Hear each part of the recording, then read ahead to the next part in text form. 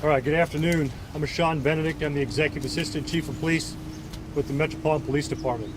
At approximately 2:15 p.m., Dunbar High School here received a threat to the school itself, to the front desk, announcing a bomb threat, giving the people in that location 10 minutes to leave.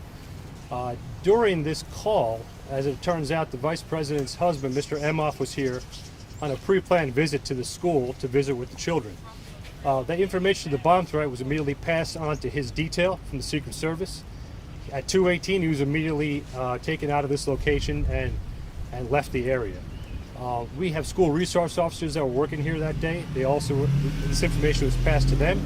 They come over the air, they call it into the Metropolitan Police Department, and our bomb units respond to this location, along with our full package. We have our explosive dogs, our bomb techs.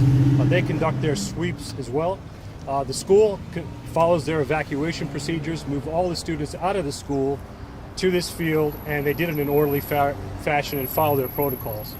Once all the students were safely taken out of the school, our folks went inside and conducted their sweeps. So again, our bomb techs, our explosive dogs, they had their render safe procedures and sweep procedures.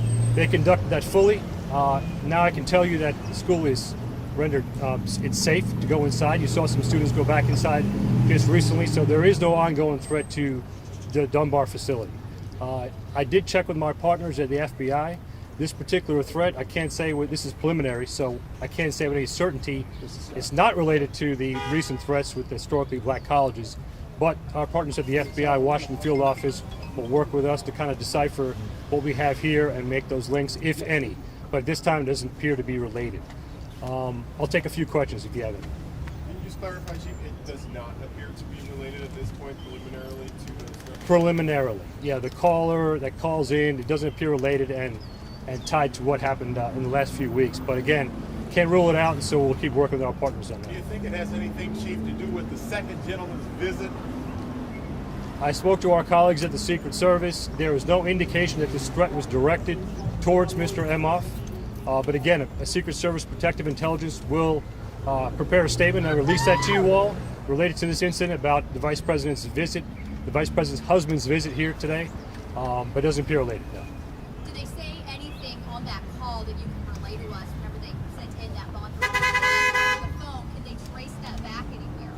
Our investigators are working on that right now. Our CID detectives are on site. They're conducting their interviews. They're looking at that call, recorded that call, looking at the phone number that was used to call in. We'll do our checks on all of that, so that's ongoing. What kind of penalties does someone face for calling in a bomb? We'll have to look into that. Again, it's so early on in what happened today that we'll get to the bottom of that. Is there any more you can tell us about the suspect in this situation? We haven't developed a suspect yet, so that's part of the case. Yeah, all we have right now is a call that came in. This is something the Metropolitan Police Department deals with quite often on an annual basis, is these type of threats that come in. So we work our way backwards. Take one more. Thank you. Okay, thank you all. Yep.